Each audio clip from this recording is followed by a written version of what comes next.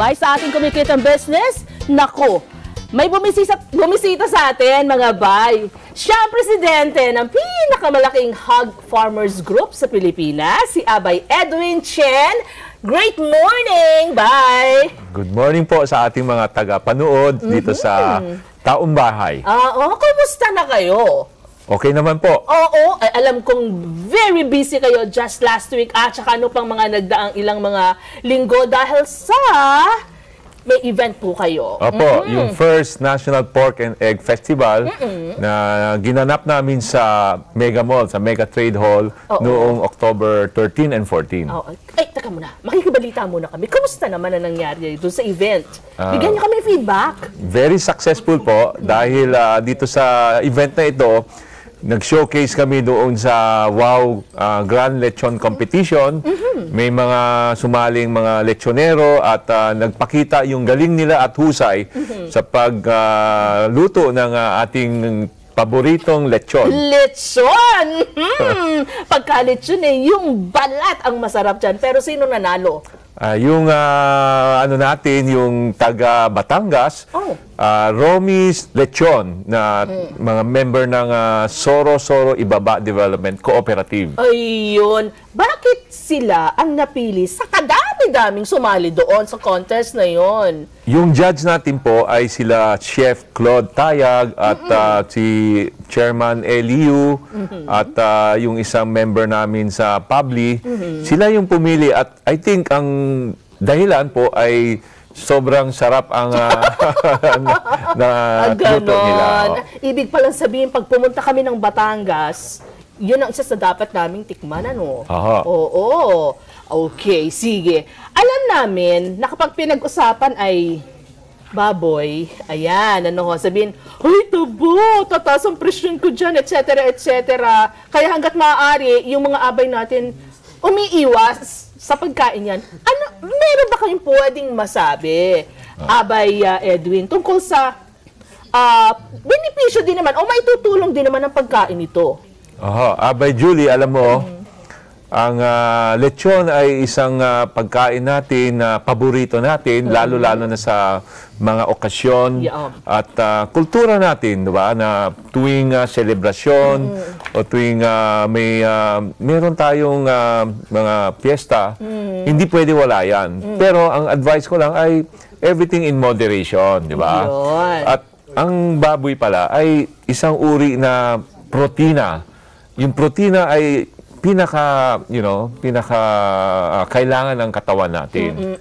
Kaya sabi nga oo, nandun tayo doon sa pagkakasi sumusobra ang pagkain mo. Ang tendency talaga niyan maibibigay sa inyan mga bay ay katulad noon, pwede ka nga ma-high blood pag sumobra. Oo, ng pagkain yan, ng lechon o ng baboy. Kahit ano naman, di ba? Kung hindi lang naman sa baboy, kung sumobra, natural, may mga adverse effect. Pero kung sa tama, in moderation, we can enjoy it, di ba? So pag-usapan natin, ito bang business na ito, itong pag-aalaga, marami na ba ng mga kababayan tayo at nadadagdagan pa ba yung mga asosasyon o kooperatiba? Yung mga nag-aalaga ng baboy o lalo yung backyard?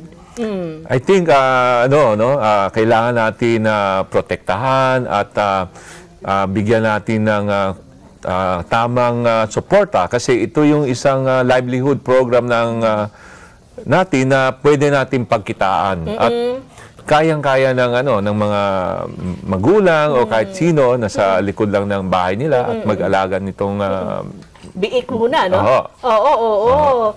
Mahirap ba? Hindi naman, Hindi naman kasi may mga association tayo doon sa area na pwedeng tumulong at magbigay training at kaalaman kung paano natin umpisahan at paano natin palaguhin. Sige, halimbawa ako yung abay natin na gustong pumunta sa ganitong business, anong dapat kong gawin? Well, siguro sumali kayo sa federation namin para mapakilala namin kayo sa mga membro namin. Kung saan probinsya kayo, may mga chapter tayo roon. Halimbawa, Nueva Ecija. Naku, yung Nueva Ecija nga pala ngayon, tindi ng doon. Oo, yung baha, Oo, ng baha. Pero halimbawa, taga roon, anong dapat gawin? Well, may mga association kami doon sa area, maka-backyard o commercial, pwede kayo mag-connect doon at yun, may mga regular na meetings and trainings na pwede kayo sumali at magandang exchange ng mga experience, exchange ng mga kaalaman, makakatulong sa atin para doon sa pag-alaga ng biik at baboy. Pero magkano ang kailangan talaga na ipuhunan ng ating mga abay sa ganyang klase ng negosyo, Abay Edwin? Yung paggawa ng kulungan, simple lang, di ba? Sa likod lang, kung may kunting space o lupa, pwede nyo sementohan at lagyan ng kulungan, di ba? At labangan, tubig, yun lang kailangan. Tapos yung mga biik naman, pwede kayong bumili mga 3,000 to 4,000. Yung feeds ay halos ganun din, ng mga around that price point, no? At pwede na kayo mag-alaga. Then, pwedeng after siguro mga 3 to 4 months, pwede na natin ibenta. Yung ganun. So, depende sa laki, sa bigat ng biik o ng baboy ang presyo. Apo. Normal, ang biik ay siguro makukuha natin sa 20 kg hanggang 25 kg.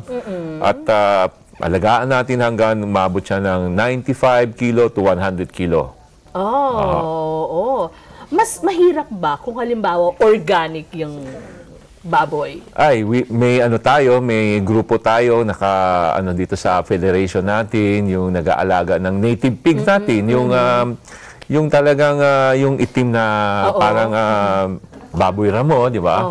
Marami tayo dito at yun, very simple lang yun at cheap ang pagkain nila dahil mga natin sa harden, no? Yung mga gulay, yung mga dahon, pwedeng pagkain nila. Ayun. Sige, hingi kami ng advice na rin sa iyo, Abay Edwin. Anong pwede mong maipaalala sa ating mga abay na gustong maging negosyo ito at kung papaano makakahingi ng tulong sa inyo?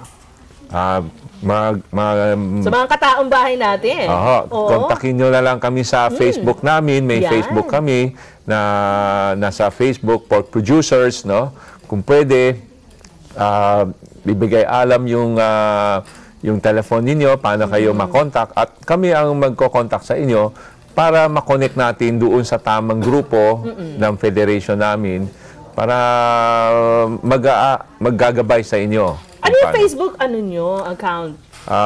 Pork Producers ang account natin. Pork Producers. Ayan. May phone number kayo, Abay? Yung sige. Hindi. Basta puntahan nyo na lang, yung kanilang Facebook account or may website. Meron kaming email address. hagfederation@gmail.com. Ayun. So, baka meron kayong gustong batiin. Yung magandang nakatayo doon na kasama nyo. Binabati ko yung mga kasama natin sa Pork Producers na sana pagpatuloy natin yung palaguin natin yung negosyo natin dito sa Pilipinas dahil ito yung isang kabuhayan na kayang-kaya natin at hindi tayo dapat umasa sa imported na mga pork, diba? Oo nga. Ilang taon na nga ba yung inyong asosasyon? Nag-umpisa kami ng 1990, so this year nag-25th year na po kami. Wow, congratulations. And next year we have this 25th National Hog Convention and Trade Exhibit dito sa Bacolod, sa SMX Convention Center, Bacolod City, itong Abril 14 hanggang 16. At tinaim ni Governor Alfredo Marañon Jr. Doon sa Panaad Festival nila. So next year yun. Okay, sige. Good luck dyan, and congrats doon sa inyong successful event. Sige, maraming salamat. Just last week. Thank you, Abay Edwin. Mga bay! Sa pagbabalik natin, mga bay, sina Mami Claire and Mami Liz, makakausap na si Doc Elaine sa isa pang exciting na topic tungkol po sa ating balat, sa ating Skin Talk. Babalik agad kami. Diyan lang kayo.